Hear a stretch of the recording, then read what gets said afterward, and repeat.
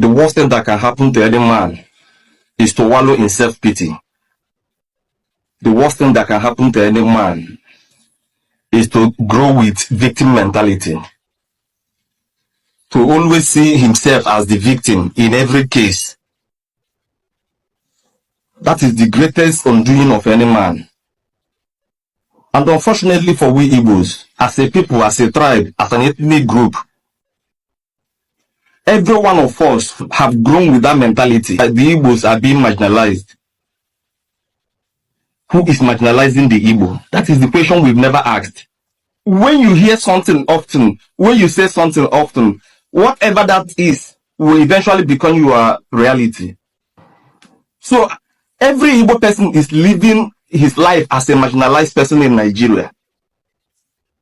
I'm one person that believes that no Igbo man can be marginalized by anybody.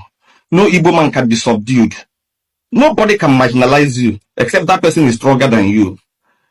The Igbo man I know is somebody that will never bend down to anybody. Somebody that will never allow anybody bully him. It doesn't matter where he is. Even in your own house, you cannot bully an Igbo man. Let all the ethnic groups in Nigeria come together. They cannot bully the Igbos. The Igbo man is that stubborn that you cannot bully him, even in your own backyard. It is not possible that the Igbos are being marginalized, yet Igbo is the most successful ethnic group in Nigeria. You cannot marginalize a region without marginalizing the individual members of that region.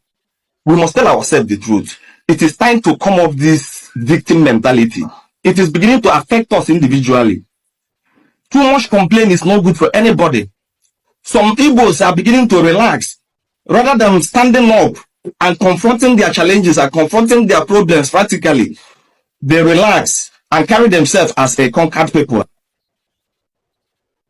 This marginalization is beginning to be our reality in Igbo land. It is beginning to affect our psyche. It is beginning to affect our mentality. And we must resist it by all means. If at all anybody is marginalizing the Igbos, it is Igbo politicians.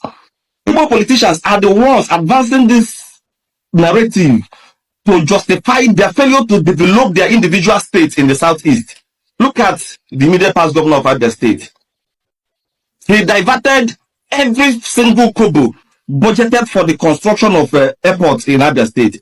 Abia State is not having airport today, not because the Igbos are being marginalized, but because their immediate past governor diverted every single kobo budgeted for that project.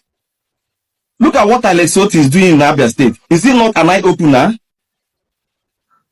Anambra State is richer than Abia State. How come Governor Oti is working with Julius Berger in Abia State and Soludo is working with Nwankwo and Sons?